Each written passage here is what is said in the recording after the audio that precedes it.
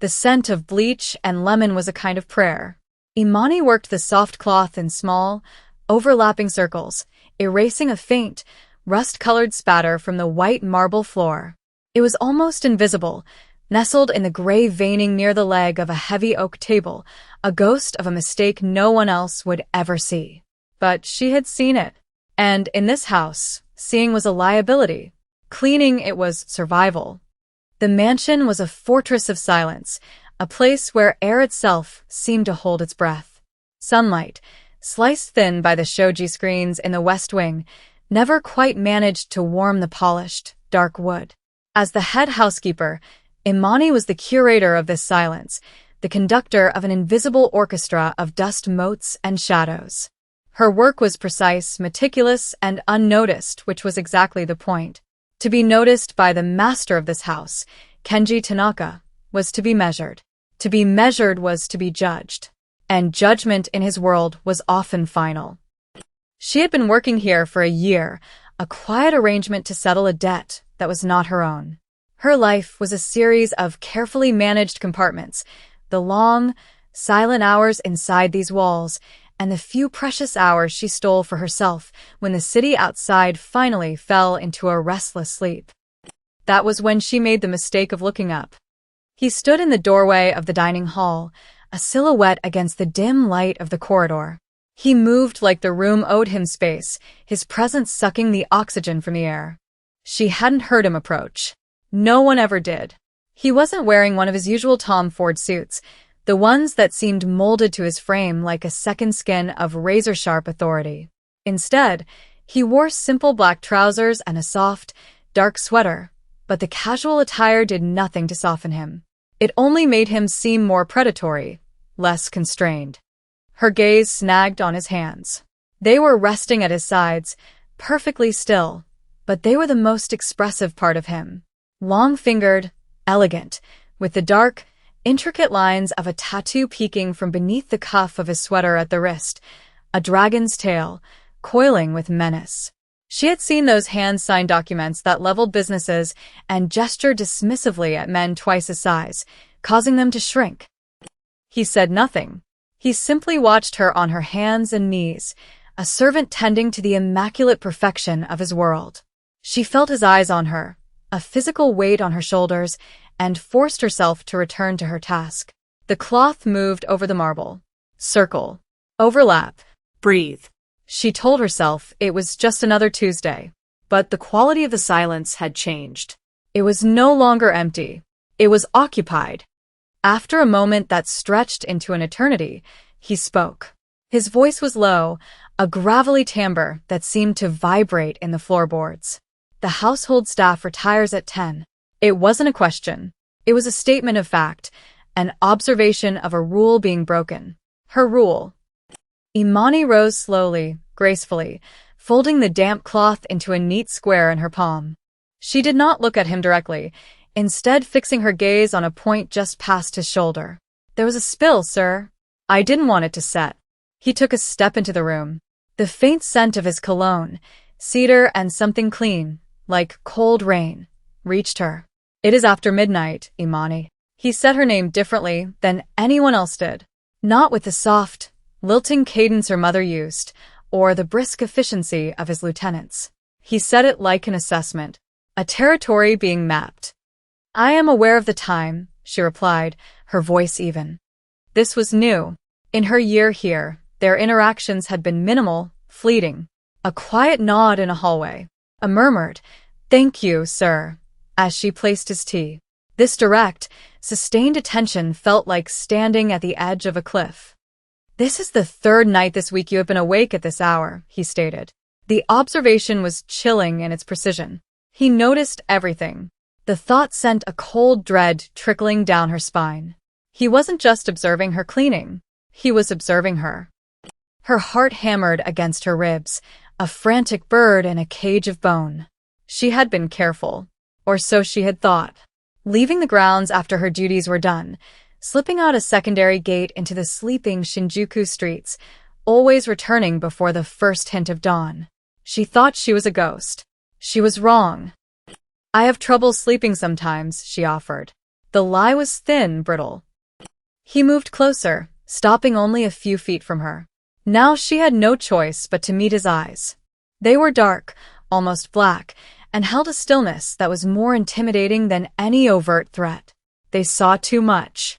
"In my world," he said, his voice dropping even lower, "sleeplessness is a symptom of distraction or deceit. Which is it?" The accusation hung in the air between them, sharp and glittering. She was a component of his life, a part of the machinery that kept his world running smoothly. A malfunctioning part was a threat, and Kenji Tanaka was a man who eliminated threats. Surgically. Absolutely. She lifted her chin, a small, defiant gesture. "I do my work, sir. To the standards you require."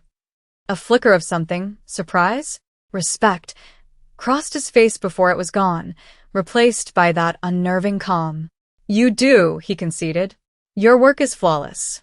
Which makes the disruption all the more curious. He paused, his gaze unwavering. "See that your sleep schedule is corrected. Complications are not tolerated in this house." He turned and walked away, his footsteps silent on the polished floor.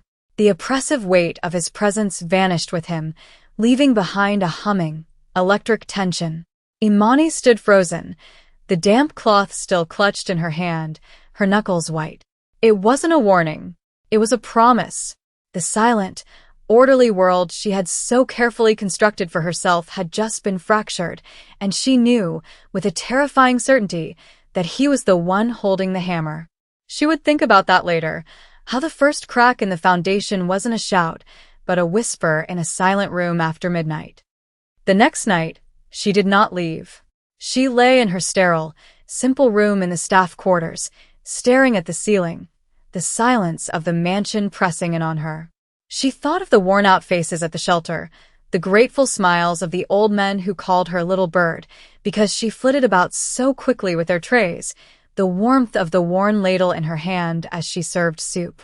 It was the only part of her life that felt real, the only place she wasn't invisible, the only time she felt like more than just a ghost paying off a ghost's debt. To give that up felt like a kind of death. So the night after that, she left. She was more careful this time, a shadow slipping through other shadows, her heart a frantic drum against her ribs. She told herself it was a risk she had to take. She told herself he wouldn't notice again. She was a fool. He did not confront her that time. There was no late-night conversation, no cold assessment in the dining hall. There was only a change in the atmosphere, a drop in temperature that had nothing to do with the weather. The glances from his lieutenants grew sharper. The other staff members gave her a wider berth, their eyes full of a fearful pity. She was being watched, not just by him, but by his entire empire. Every step she took was monitored, every moment logged. She was a fly caught in a web, and the spider was simply observing, waiting. The waiting ended a week later.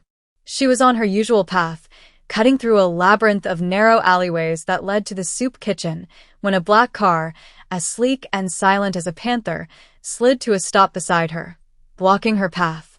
The back door opened. "Mr. Tanaka wishes to see you," his lieutenant, a grim-faced man named Ryota, said from the driver's seat. It was not a request. She got in.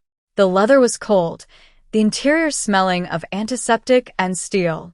The car moved through the city, away from the warm, chaotic lights of the shelter's neighborhood and toward the cold, glittering towers of the financial district.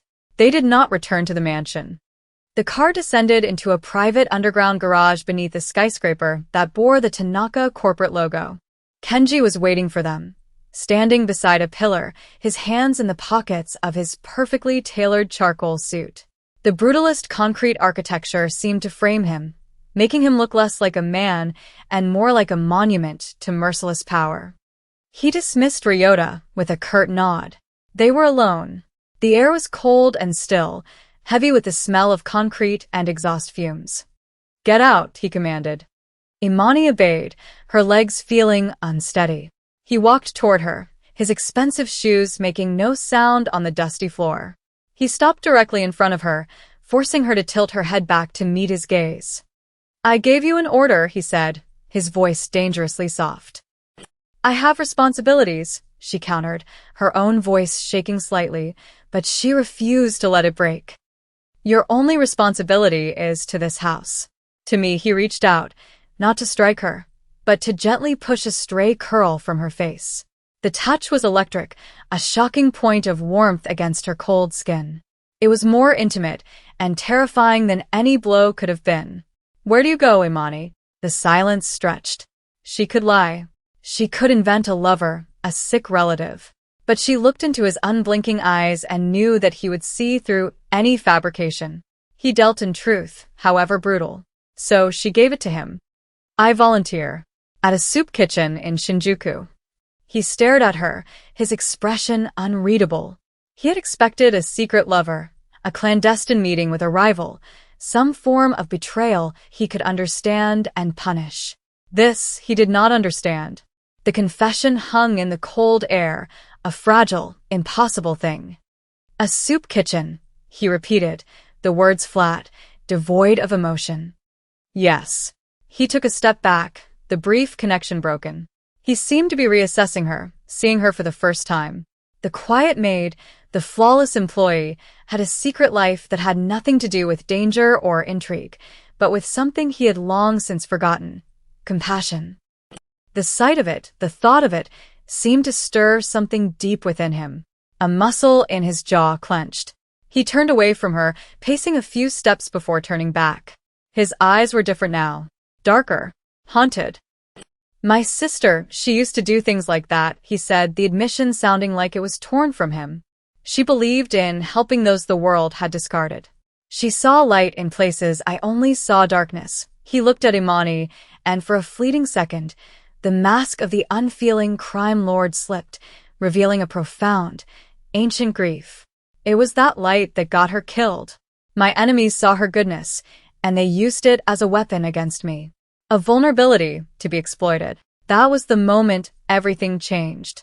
He had shown her his wound, the one point of failure in a life defined by absolute control, the shame he carried like a shroud. He had failed to protect the woman he loved, a woman who sounded so much like her. And now he looked at Imani as if she were a ghost, a dangerous reminder of a past he could not escape. You will not go back there, he said, his voice now raw, stripped of its usual control. It is too dangerous. They watch this house. They watch everyone who comes and goes. You are a target now. Because of me.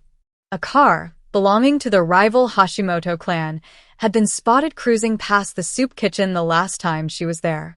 His men had reported it. He hadn't understood its significance then. He did now. They had seen her. They had marked her. She should have felt fear. And she did. But underneath it was a stubborn, defiant spark. Those people have nothing, she said, her voice finding its strength. They depend on the kitchen. They depend on me. Then they will learn to do without, he said, his tone final. No.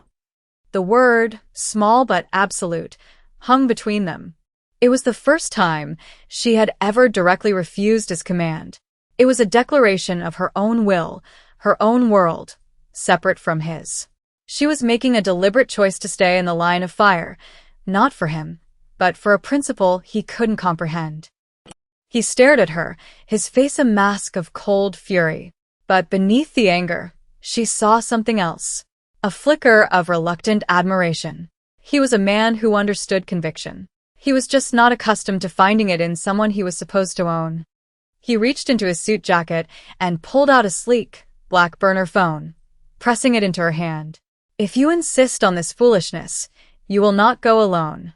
A car will take you. It will wait for you. You will carry this.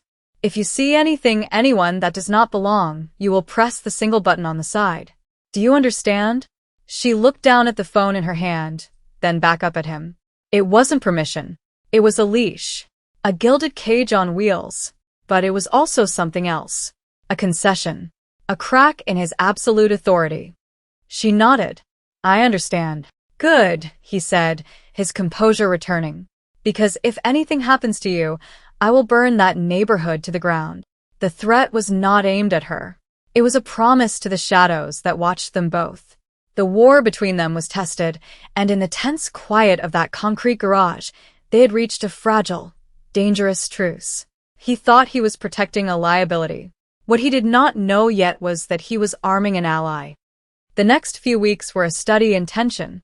A sleek, black sedan, indistinguishable from any other luxury car in Tokyo, would deliver her to the soup kitchen each night. Two of Tanaka's men, silent and imposing in dark suits, would post themselves at either end of the street, visible enough to be a deterrent, discreet enough not to frighten the kitchen's patrons. Imani worked, her hands busy, but her senses on high alert. The burner phone felt like a block of ice in her pocket. The patrons noticed the change. The whispers followed her. They knew who those men were. They knew what kind of power they represented. Some were afraid. Others looked at her with a new kind of respect, a quiet awe. She was protected. She was claimed. One evening, as she was wiping down the long metal counter after the last meal had been served, the kitchen's owner, an elderly woman named Mrs. Sato, touched her arm. Her eyes were kind but shrewd. "That man," she said, nodding toward the street. "The one who watches from the car sometimes. The one all the others are afraid of." Imani's blood ran cold. Tanaka. He had been coming himself, sitting in the back of one of the cars, watching from the shadows.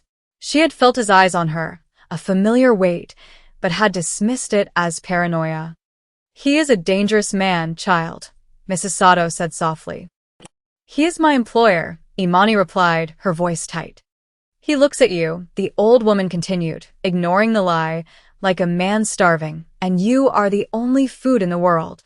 The words unsettled Imani more than any threat could have. She told herself it was survival instinct, this strange new awareness of him. She noticed the way he held his teacup, the precise, economical way he moved, the faint scent of cedar that clung to his clothes. She caught herself watching him during her duties in the mansion, tracking his movements through the quiet halls. And sometimes, she would look up and find his dark eyes already on her. Neither of them ever acknowledged it. The silence between them was not empty. It was charged with everything they refused to say. The enemy made their move on a Tuesday. It wasn't loud or violent. It was insidious. A health inspector arrived, clipboard in hand, and found a dozen fabricated violations. The next day, a notice of condemnation was pasted on the door. The soup kitchen was being shut down. It was a clean, bureaucratic assassination, a show of the Hashimoto clan's reach. They didn't need guns to hurt him, they just had to take away the one thing she cared about. They were targeting her to get to him. Imani stood before the locked doors, the condemnation notice flapping in the wind, and felt a white-hot rage she had never known before. They had not just attacked her. They had attacked Mrs. Sato, the old men, the single mothers, the children who relied on this place. She didn't use the burner phone. She took a taxi straight to a restaurant in Ginza she knew he frequented for meetings. She walked past the stunned hostess and the guards who made to stop her, her eyes fixed on the private room at the back. She slid the door open without knocking. Tanaka was there, seated with 3 of his lieutenants. They were looking at a map of the city's shipping ports. Every man in the room froze. An outsider, a woman, a servant, had just breached the inner sanctum. "They shut it down," she said, her voice trembling with fury. "The Hashimoto clan. They shut down the kitchen." Tanaka looked at her, his face impassive. But she saw the flicker in his eyes. He stood up. "Leave us," he commanded his men. They vanished without a word. He walked to her, taking the notice from her clenched fist. He read it, his expression hardening into something cold and lethal. "This was not your fight," she said, the words spilling out. "I brought this on them. I have to fix it." "There is no fixing this with paperwork," he said, his voice flat. "You don't understand the way this world works." "Then make me understand," she challenged. "I'm not a child. I'm not your sister. Stop treating me like I'm made of glass." His control snapped. He slammed his hand against the wall beside her head, the sound cracking through the room. He leaned in, his body caging hers, his face inches from her own.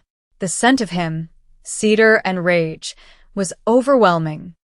"You want to understand?" he snarled, his voice a low growl. To fix this, I have to hurt them. I have to spill blood. I have to burn one of their warehouses, cripple one of their businesses, put one of their men in the hospital.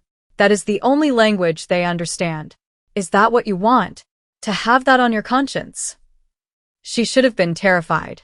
Instead, she met his furious gaze, without flinching. What I want, she said, her voice low and steady, is for them to pay for what they did. To Mrs. Sato. To those people. That was it. The moment she crossed a line, she could not uncross. She was no longer an innocent bystander. She was asking for vengeance, using his power, his violence as her own.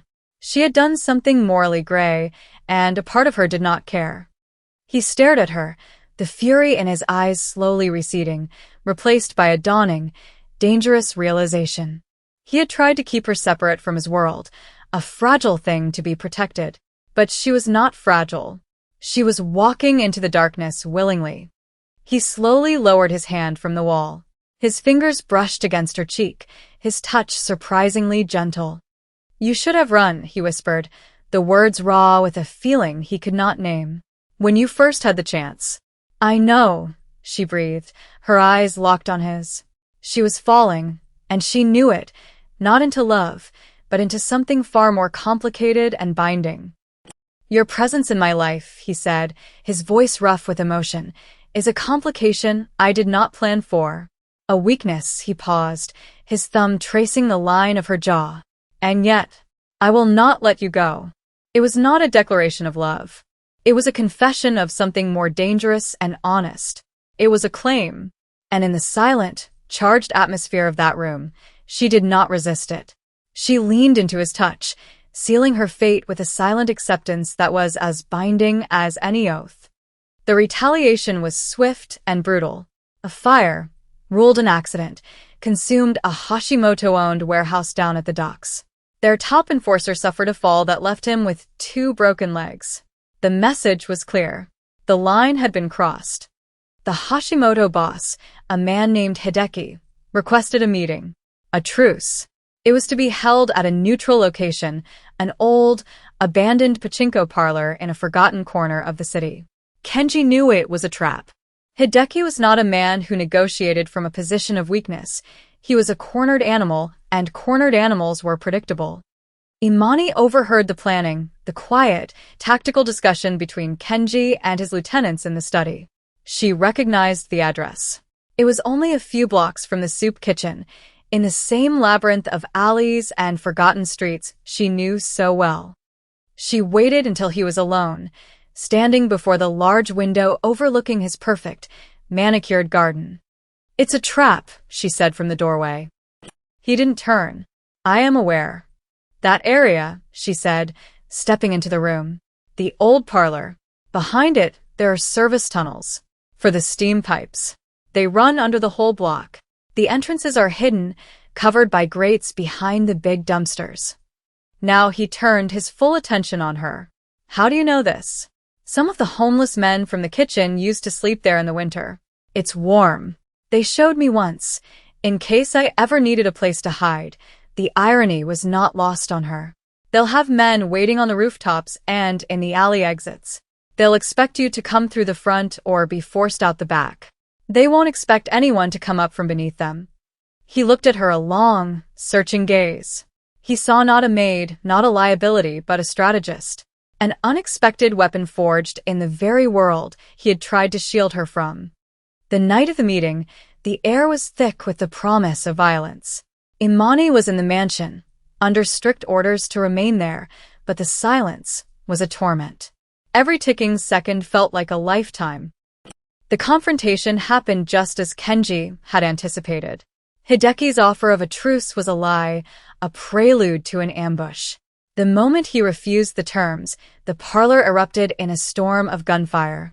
Kenji's men were prepared, but they were outnumbered, pinned down by fire from all sides. But they had an advantage Hideki hadn't accounted for. As the main firefight raged, a second team of Kenji's men, led by Ryota, emerged from a grate in the alley behind the parlor, flanking the ambushes. The tide of the battle turned instantly. It was not enough. In the chaos, one of Hideki's men broke through the line, a gun leveled directly at an exposed Kenji. From a darkened alley across the street, a car alarm suddenly blared, a piercing, insistent shriek that cut through the noise of the battle. The gunman flinched, his head turning toward the sound for a split second. It was all the opening Kenji needed. 2 precise shots and the man fell. The diversion had come from a small, dark figure who had hot-wired an old, rusted car and then melted back into the shadows. Imani! She had disobeyed him, followed him, and in her quiet, decisive way, she had saved his life. She had not used a weapon. She had used her mind, her knowledge. She had balanced the scales.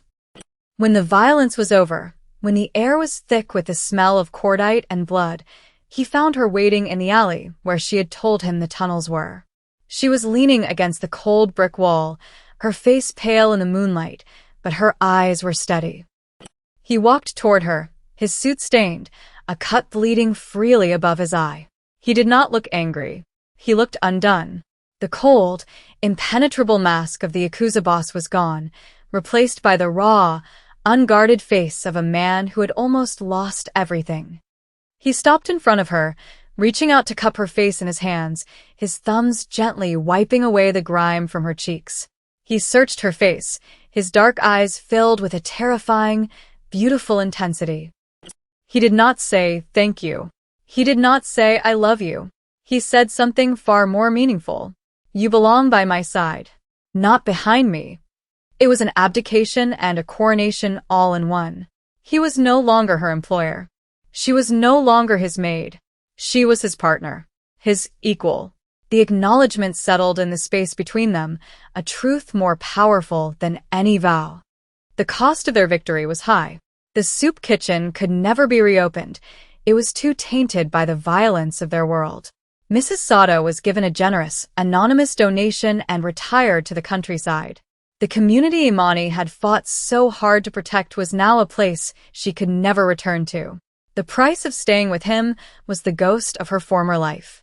They stood on the balcony of his penthouse, the glittering, indifferent lights of Tokyo sprawling beneath them like a conquered empire.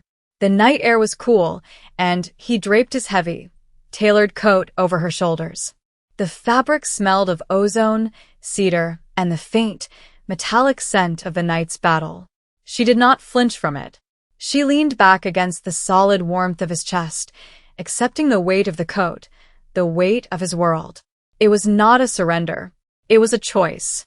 A throne of shadows, built for two, and she was finally ready to take her seat.